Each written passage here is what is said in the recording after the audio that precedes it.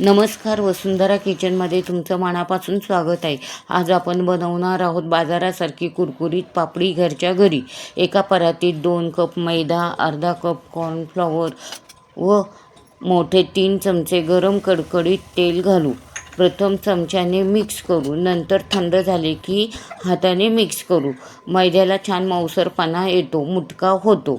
आता ह्यात चवीनुसार मीठ, लाल मिरची पूड, कस्तुरी मेथी, कलौंजीच्या बिया, ओवा व जिरे पूड घालू।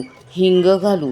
थोडे थोडे पाणी घालून घट्टसर पिठाचा गोळा तयार करू। 15 ते 20 मिनिट भिजण्यासाठी ठेवू। कणकेचे छोटे गोळे करून पातळसर पापडी लाटून घेऊ, जाडसर ठेवू नये। काटे चमच्याने छिद्र पाडू म्हणजे पापड्या फुगणार नाहीत। हव्या त्या आकारात कट करून घेऊ। मध्यम आचेवर गरम तेलात पापड्या तळून घेऊ। दोन्ही बाजूंनी सोनेरी रंग येईपर्यंत, कुरकुरीत होईपर्यंत तळून घेऊ। पापड्या पूर्ण थंड झाल्यावर छान कुरकुरीत चटपटीत पापड्या तयार।